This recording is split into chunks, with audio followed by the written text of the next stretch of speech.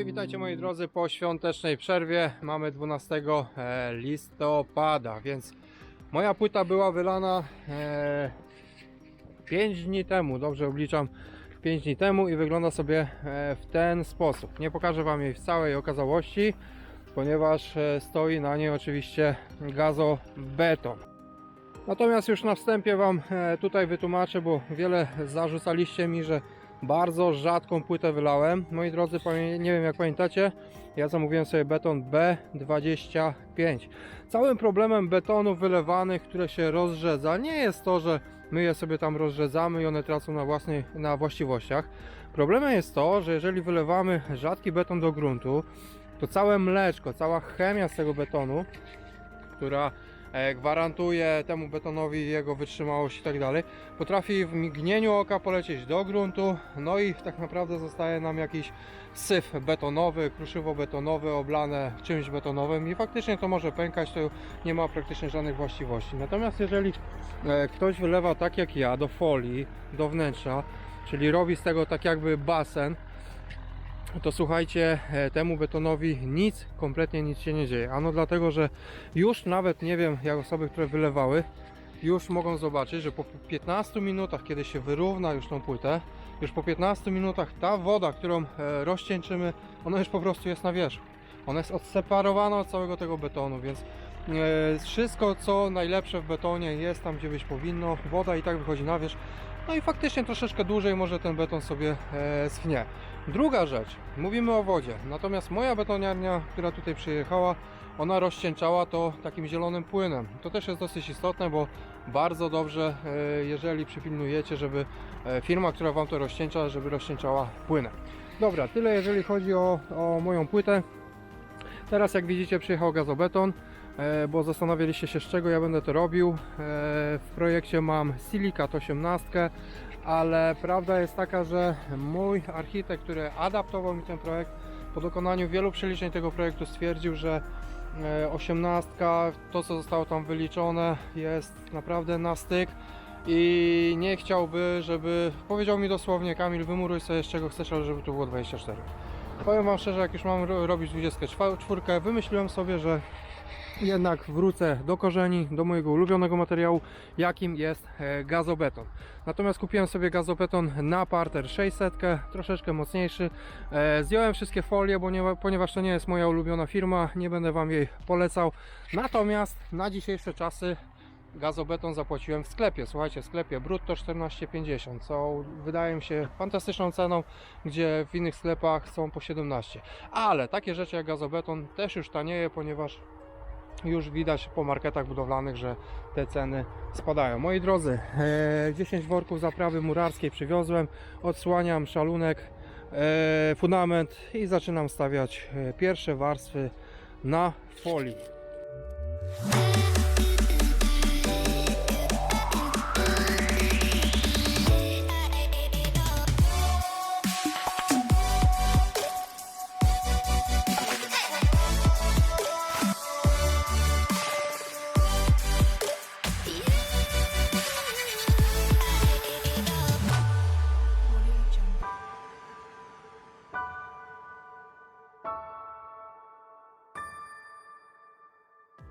Dobra, odsłaniam sobie właśnie folię z tego basenu mojego. Troszeczkę obcinam polinor, ale tylko troszkę, żeby mi tutaj nie przeszkadzał.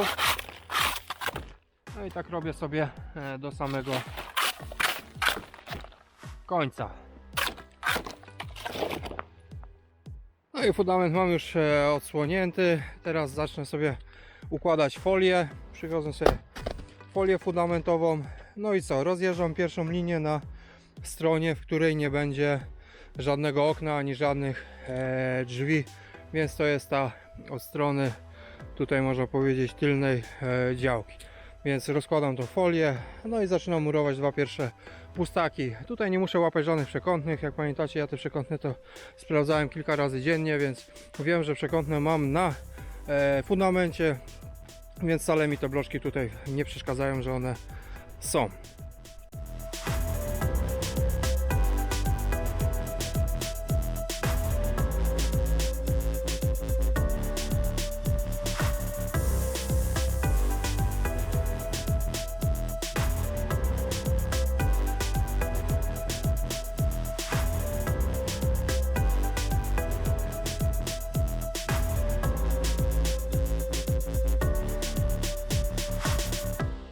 No dobra, przechodzimy od razu do dnia drugiego. Nie nagrywałem wam wczoraj, co ja tutaj robiłem, dlatego że przyjechałem o 14. No i niestety było już na tyle mało czasu, że zależało mi tą pierwszą warstwę wymurować. Więc tak, z tej strony oczywiście mamy drzwi do budynku. 102 na środku wejście. Tamta ściana pełna, nie ma drzwi, nie ma okien. Tak więc tutaj mamy kolejną wzmiankę. Dlatego, że w tym pokoju miało być okienko z tej strony 120 na 120. Likwiduję je całkowicie, natomiast robię tu 90 balkonowe. Dlatego, że ta ściana w tym pokoju po prostu mi się przyda. Salon. Tak samo w salonie, żeby było odbicie lustrzane tego co tam, to tutaj też dodaję 90. Chwilowo jest tu mniejszy dystans, za chwilę to wytnę sobie piłą. No i tutaj było to wielkie, olbrzymie okno praktycznie na cały dom. Też oczywiście je likwiduję z 3 metrów, chyba z 3,30, nie pamiętam, musiałbym w projekt spojrzeć. Zmniejszam to okno aż do 180, więc 180 plus ta 90 tam, 270, też prawie 3 metry. Będzie okno w przeliczeniu podłogi do powierzchni okien 1 do 8, jak najbardziej się to wszystko zgodzi, ilość światła wpadająca, jeżeli chodzi o prawo. Dobra, kończę sobie te kilka bloczków, no i co, zabieram się za murowanie domu już właściwych bloczków.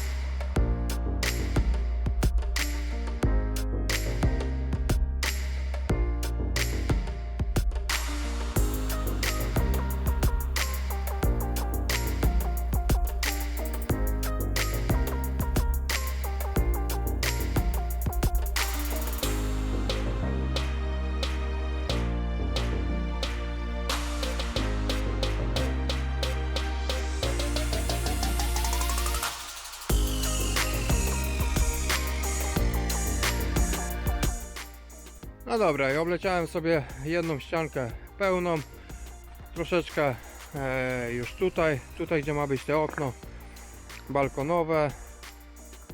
Tak to wygląda na ten moment. Tą ściankę za chwilę sobie zrobię.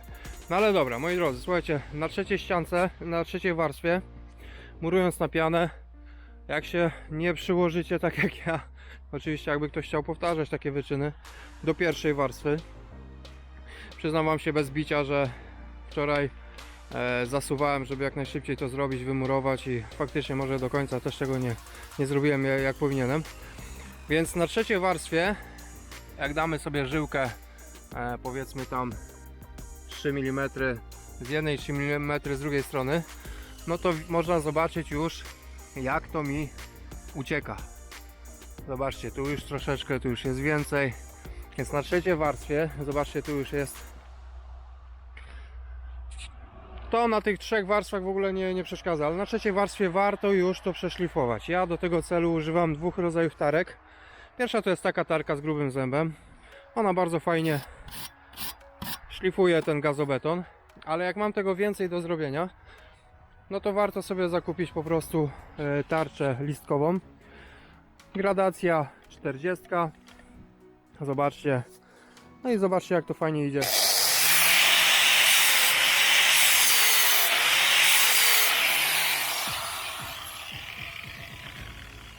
No i zobaczcie jednym dotknięciem liścia jak można zagłębić może nie o pół centymetra, ale na pewno o 3 mm można sobie to zagłębić, więc ja teraz przejadę sobie całą tą ściankę, domuruję sobie te pozostałe i wszystkie tak samo sznurki rozwieszę i tą warstwę już zeszlifuję, żeby można było następne już bloczki równiutko, idealnie sobie murować.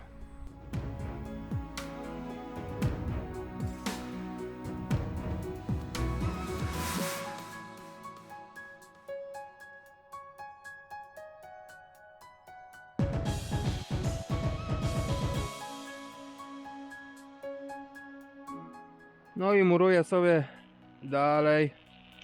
Jakbyście się zastanawiali, jakiej piany używam do tego murowania. 3 na dole, 2 na łączenia wystarczą. Oczywiście z Polinoru Fixo, piana -5 do +30. Teraz mamy ze 3 stopnie, więc ona jest do wszystkiego. Do wszystkiego. Zobaczcie, ta piana mi się tyle podoba, że ona o tyle, o ile do gazobetonu jak najbardziej się nadaje, to ona fajnie wykleiła styropian. Dlatego, że zaraz po aplikacji zobaczcie, co się z niej dzieje. Ona od razu pęcznieje po aplikacji. Więc ja myślę, że ona nawet za wiele, oczywiście trzeba coś tam odczekać, ale myślę, że nawet za wiele by sobie nie chciała spuchnąć po zaaplikowaniu. Więc można by w miarę od razu sobie tam kleić to, co potrzeba. Bardzo fajna piana. O, sznureczek. I jedziemy.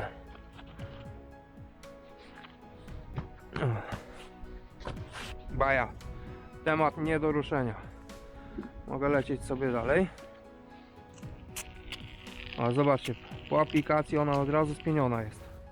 Zaraz po wyjściu z końcówki pistoletu od razu jest gotowa do zrobienia tej takiej skórki pianowej.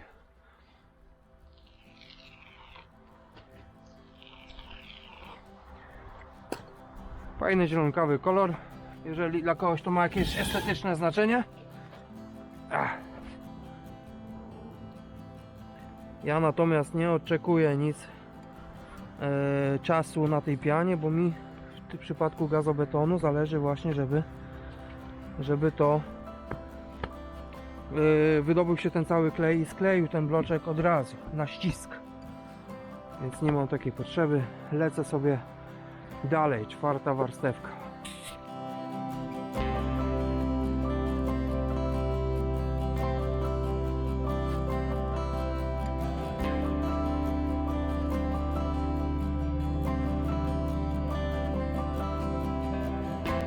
Dobra, muruję.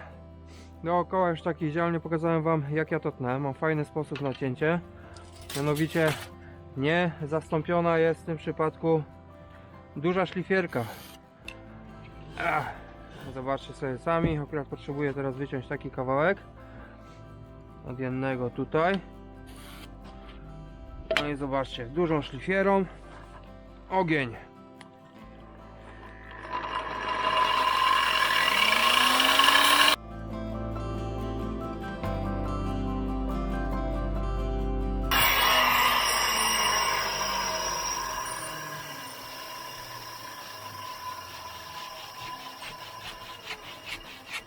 Ponieważ tarcza mi nie sięga tak głęboko, no wystarczy, że zrobię sobie takie lekkie nacięcie. Jest bajka, równiutki bloczek, bardzo fajnie się tnie taką szlifierką. Kupiłem tą szlifierę na giełdzie, dałem za nią chyba 80 zł. Była zepsuta, do tej pory jest zepsuta. Ja tutaj, o właśnie wypadł mój wyłącznik, no ale co, bardzo się przydaje w takich robótkach. Muruję dalej.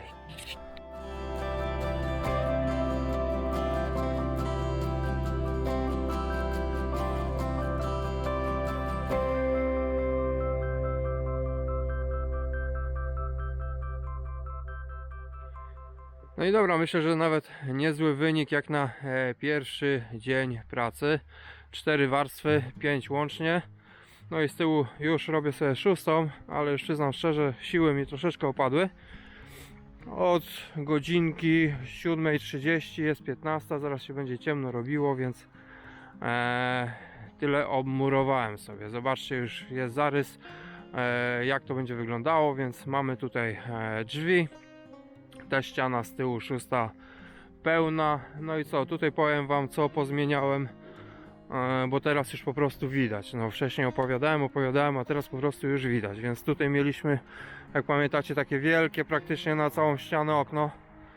No właśnie z tego okna zrezygnowałem, przerzuciłem sobie tutaj tylko okienko na 210, więc w tym momencie nie mam tego ogromniastego okna na pół domu. Za to dołożyłem sobie w tym salonie tutaj okno 90. No i to wygląda sobie tutaj tak, więc będę miał tam 200 i tutaj prawie 300. No i co, tutaj był pokój, może lepiej będzie go pokazać od środka. Tutaj będzie pokój na parterze.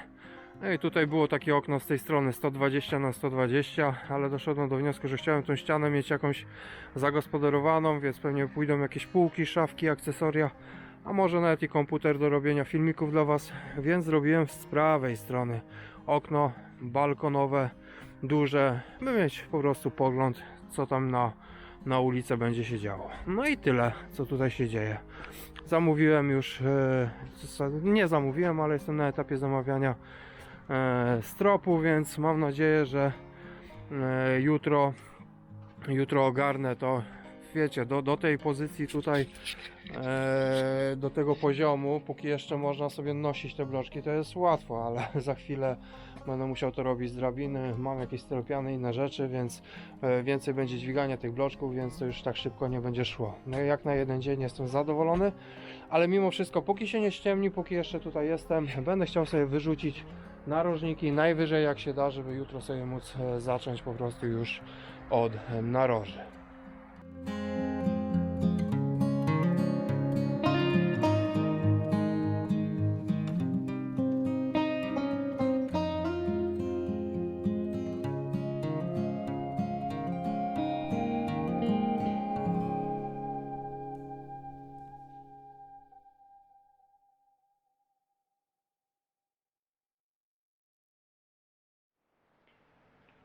No i murowanie dzień drugi, a w zasadzie to nawet trzeci, licząc tą pierwszą warstwę, która była murowana na zaprawie. No i co, tak jak mówiłem, wczoraj wyprowadzone były szczyty. No i co, zabieram się za murowanie, ciąg dalszy. Tamta ściana najdłuższa, najwięcej bloczków idzie, tutaj tylko docinki, więc lecę dzisiaj znowu najwyżej jak się da, żeby jak najwięcej zrobić.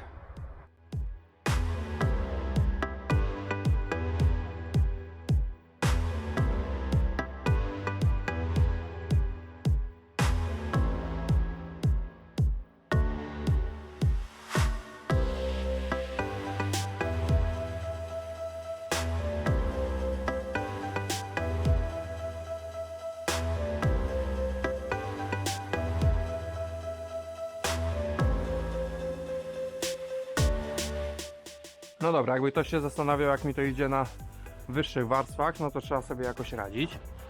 Tak więc trzeba sobie nanieść troszeczkę bloczków. Ja sobie obliczam, ile tu potrzebuję do przełożenia sznurka. Raz, dwa, trzy. Teraz akurat 4 sztuki. Więc noszę sobie 4 sztuczki i będę je sobie tam murował, ale robię tą wstawkę na tym filmie, dlatego że chciałem Wam coś pokazać, tylko pójdę po projekt. Dobra, zanim Wam powiem, co chciałem Wam przekazać odnośnie projektu, więc tak, u mnie od chudziaka będzie 10 cm styropianu i 5 cm wylewki, wobec czego drzwi wysokość 210, dałem sobie jakieś tam 2 cm wyżej, trudno więcej pianki pójdzie, bo akurat mi 10 bloczek pasował, żeby na belkę wstawić, więc dałem sobie akurat, tutaj mam 227 co do drzwi. No i tutaj akurat będę kończył, ale słuchajcie, nie o tym mowa.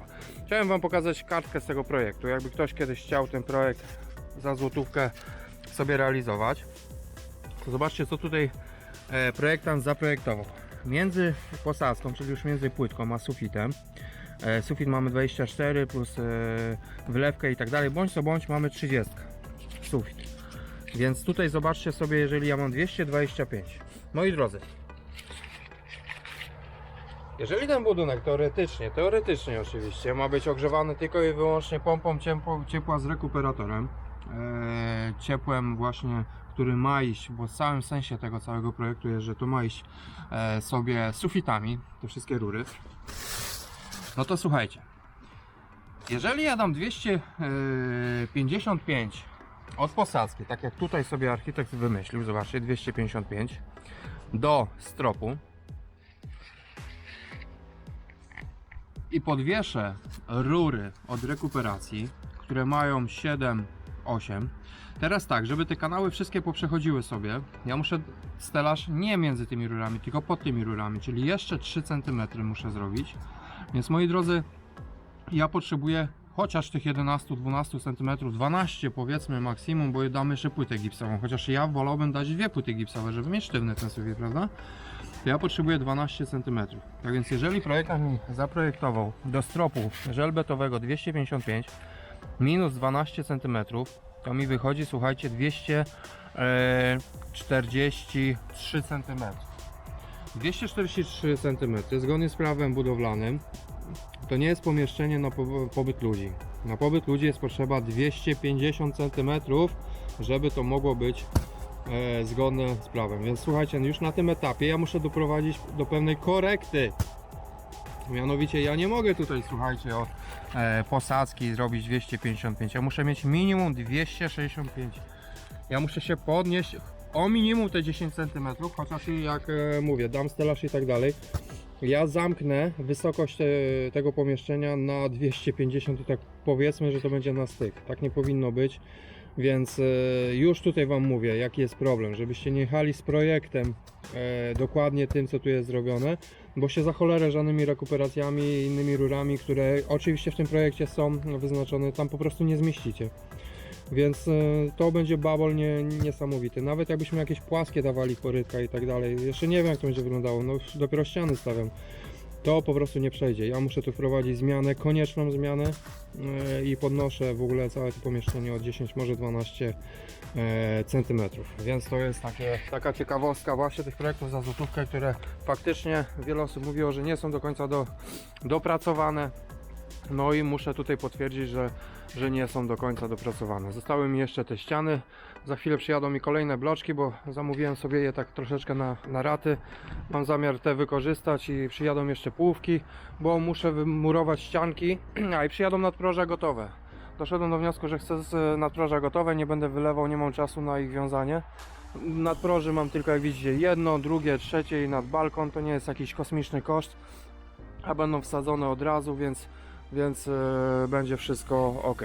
Jeżeli się zastanawiacie, czy ja będę dalej jechał z tym, musicie wiedzieć, że już od wysokości stropu będę miał pomocnika, więc na pewno się nie będę katował jak w poprzednich projektach, z tym, że pomocnik nie będzie filmowany, ale musicie o tym po prostu wiedzieć, nie? Dobra, słuchajcie, póki jest pogoda, lecę sobie, zamykam te ścianki dalej.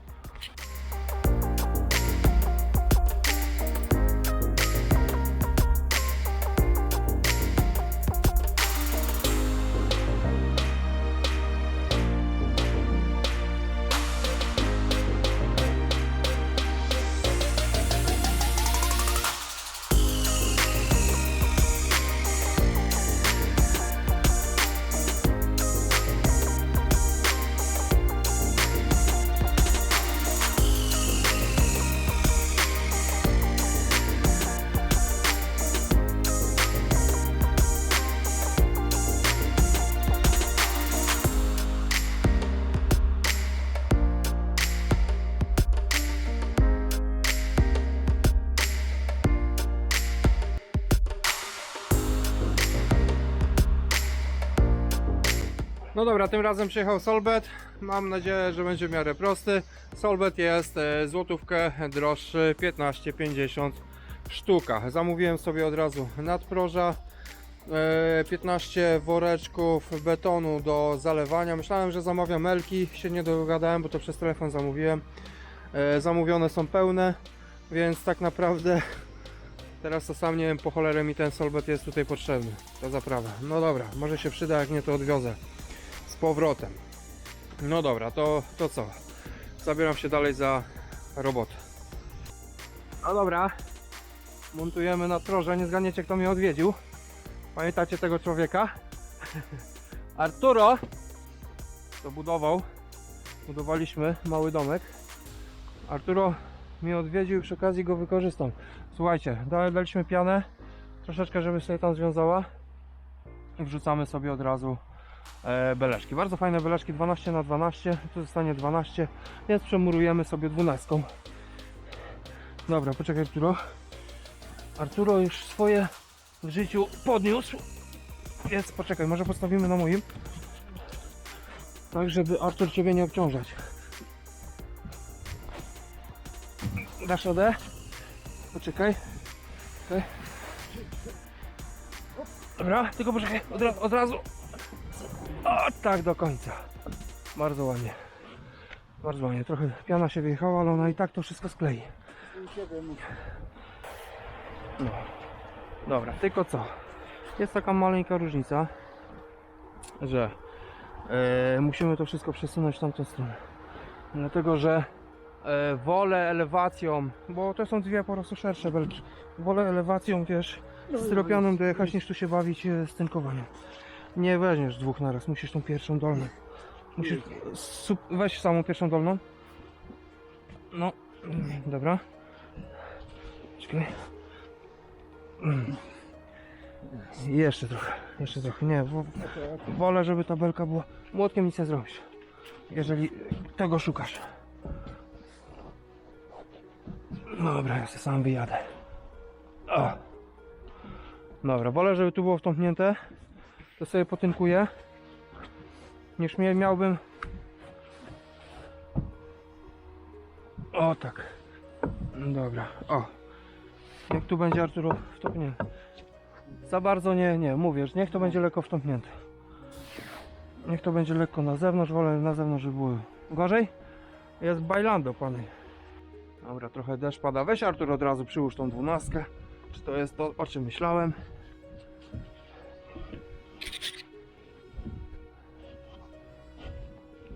Tak? Perfekto, WhatsApp, nie? O to mi chodziło. No. I takie, słuchajcie, nadproża sobie można robić. Żadnych problemów. To od razu na pianę pójdzie. Jak trochę wystaje, bo pewnie wystaje, bo to jednak jest odlew, jakby nie patrzeć. Nie ma co wierzyć, że to ma 12 cm, to się zeszlifuje. Dobra, to wskakuje i pianuję, obrabiam to. No dobra, nie wiem, czy dobrze wszystko widzicie, czy obiektyw nie jest zbyt mokry. Dzień drugi kończę na tym etapie. Tak więc wszystko mam tutaj porobione. No i co? Ostatnie dwie warstwy pomógł mi troszeczkę Artur. Pomógł mi rzucić tutaj te beleczki. Jutro, trzeci dzień, będę musiał wszystko sobie tutaj po kolei domurować. No i to jeszcze nie będzie ostatnia warstwa, dlatego że jeszcze pójdzie na to jedna warstewka 12. Moi drodzy, ja teraz kończę odcinek, ale na koniec jeszcze dla tych wszystkich, co pewnie będą chcieli coś w komentarzach napisać na temat piany. Ja tutaj w ciągu dnia sobie wymurowałem takie coś. Znaczy wymurowałem. Skleiłem sobie.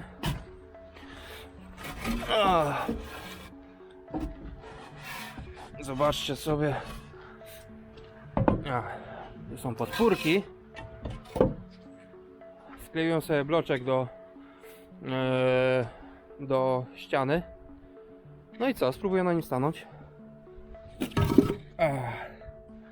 Zobaczcie. Jest wilgotno. Miało prawo pójść. Ja swoje jeszcze ważę. Ale zobaczcie, co się wydarzyło. Zobaczcie. Zobaczcie, co pękło. Ile piany odeszło, a ile pękło bloczka. Jak bardzo dobrze piana trzyma bloczka. Nie oszukujmy się. Jest wilgoć, cały dzień deszcz pada. Mokro jest wszędzie. Ta piana też dzisiaj nie będzie tak wiązała, jak ona by wiązała w cieplejszy dzień. Ale wiąże na tyle mocno, że ja w ogóle nie boję się używania pianoklejów. Bardzo polecam pianokleje. Jak ktoś chce, to nie bójcie się, a jak nie chcecie, to używajcie starej, tradycyjnej, ciężkiej w noszeniu wiader zaprawy cienkowarstwowej. Moi drodzy, kończę dzisiaj ten odcinek, nie robię wam podsumowania, musicie mi wybaczyć, po prostu nawet mi się nie chce robić tego podsumowania, bo pogodę mam jaką mam bardzo już mrzawi, zapowiadają jeszcze śniegi. Oczywiście chciałbym wymurować najwięcej jak się da, a takie siedzenie, robienie podsumowań to też jest sporo czasu, które muszę spędzić dla Was przed komputerem, ale obiecuję, że do tego podsumowania wrócimy. Trzymajcie się ciepło i do zobaczenia w kolejnym odcinku. Cześć!